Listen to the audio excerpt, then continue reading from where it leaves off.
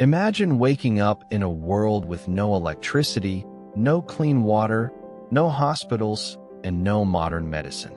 The streets outside your door are muddy, crowded, and filled with noise. People shouting, animals roaming freely, and markets already alive before sunrise. Now imagine this isn't a nightmare. This is real life, 1,000 years ago. Despite disease, hunger, fires, and constant danger, millions of people survived, and not only survived, but built the foundations of the cities we live in today. So how did ordinary men, women, and children stay alive in medieval cities? Today, we're stepping back in time to uncover how people lived, worked, ate, stayed healthy, and supported each other in medieval urban life, when survival itself was a daily achievement. A world without modern comforts. Life in medieval cities was harsh by modern standards. There were no power grids, no running water, and no sanitation systems. Most cities were overcrowded, poorly planned, and vulnerable to disasters. Fires could destroy entire neighborhoods in hours. Diseases could spread through a city in days.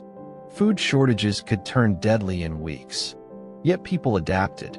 They learned to survive using simple tools, basic foods, shared knowledge, and strong communities. Life inside medieval houses. Most city dwellers lived in small wooden houses built close together.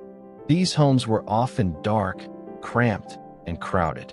A single house might include parents, several children, extended family members, sometimes even animals. Walls were made of wood mixed with mud or clay. Roofs were covered with straw or wooden shingles. Insulation was poor, meaning homes were freezing in winter and stifling in summer. Wealthy citizens lived very differently. They owned stone houses, often with multiple rooms and upper floors. These buildings were safer from fires and more comfortable overall.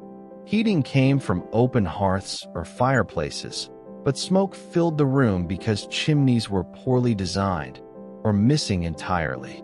Despite the discomfort, fire was essential for warmth, cooking, and light. Daily work and essential tools. Survival depended on constant labor. There were no shortcuts. For building and repairs, people relied on basic tools like hammers, axes, knives, saws. These tools built homes, carts, workshops, and even city walls. Clothing production happened at home using spinning wheels, hand looms. Men and women worked long hours turning raw wool and flax into fabric. Cooking tools were simple but durable. Pots, cauldrons, knives, wooden spoons. Craftsmen such as blacksmiths and carpenters worked in small workshops using anvils, chisels, hammers, tongs. Every tool mattered. If something broke, replacing it wasn't easy, and survival became harder. Eating to stay alive. The food was simple, repetitive, and incredibly valuable. Most people survived on bread, porridge, vegetables, legumes, occasional meat. Bread was the foundation of medieval diets. Porridge made from grains was eaten daily, sometimes multiple times a day. Wealthier citizens enjoyed meat, cheese, butter, imported spices. Clean drinking water was rare. Rivers were often polluted, so people drank beer, ale, diluted wine. Fermentation kills harmful bacteria, making these drinks safer than water. To preserve food, people relied on smoking, salting, drying. Without refrigeration, food preservation meant the difference between survival and starvation. The heart of the city. Markets were the beating heart of medieval city life. Here, people bought and sold food, tools, clothing, household items.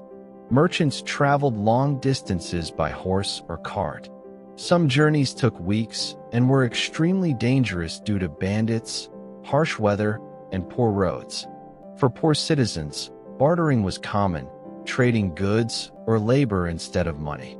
Coins were mostly used by merchants and the wealthy. Markets weren't just about commerce. They were social hubs where news spread, rumors traveled, ideas exchanged. In a world without newspapers or social media, the marketplace was how people stayed informed. Life in medieval cities 1,000 years ago was not romantic, not clean, and definitely not easy. There were no glowing streetlights, no hospitals, no modern medicine, and no running water. Yet despite constant danger, disease, and hardship, millions of people survived and even built the foundations of the cities we live in today. Let's step back in time and explore how people truly lived, struggled, and survived in medieval cities. Clothing and protection. Clothing in the medieval period was about survival, not style, at least for most people. For common citizens, clothes were made from simple, durable materials like wool and linen. These fabrics were chosen because they were locally available and could withstand hard labor and harsh weather. People wore multiple layers to protect themselves from freezing winters and damp conditions. A single outfit might be worn for years, patched and repaired countless times. Shoes were usually made of stiff leather, offering little comfort but essential protection against muddy streets and rough terrain. Wealthier citizens stood out immediately. They wore finer fabrics, brighter colors, and better-fitted garments, clear signs of social status in a world where appearance often determined opportunity. Clothing wasn't just about identity. It protected people from cold, rain, dirt, and physical labor. In medieval cities, what you wore could mean the difference between comfort and constant suffering. A daily struggle, sanitation and hygiene. Sanitation was one of the greatest challenges of medieval urban life. City streets were narrow, crowded, and often covered in mud, animal waste, and trash. There were no organized waste systems, and human waste was frequently dumped directly into the streets. Animals such as pigs, chickens, and dogs roamed freely, adding to the filth. During rain, streets turned into foul-smelling rivers of mud and waste. Bathing was rare by modern standards. Some people visited public bathhouses, while others washed in nearby rivers. Many avoided bathing altogether due to religious beliefs or fear that water could spread illness. Despite these conditions, people still tried to stay healthy. They used herbs, oils, and natural remedies, believing they could protect the body. While hygiene standards were low, people worked with the limited knowledge they had. Health and medicine. Disease spread quickly in medieval cities. Overcrowding and poor sanitation created the perfect conditions for illness. Common diseases included fevers, infections, and devastating plagues that could wipe out entire neighborhoods.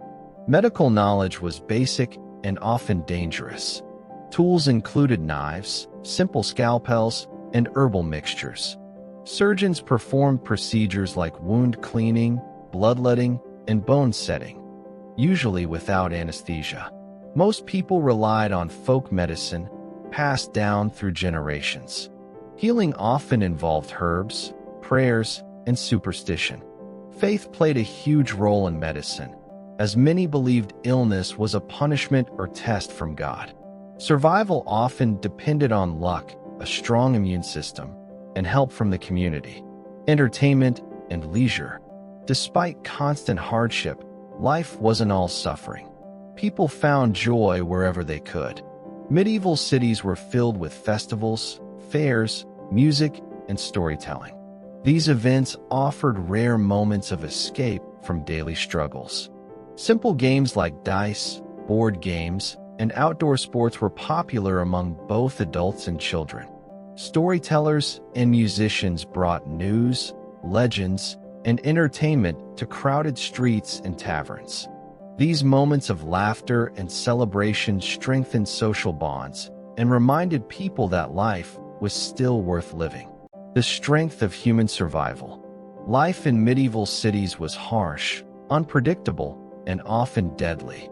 Yet people survived through ingenuity, cooperation, and resilience. Their story is a powerful reminder that even in the darkest conditions, human creativity and connection can endure and shape the future.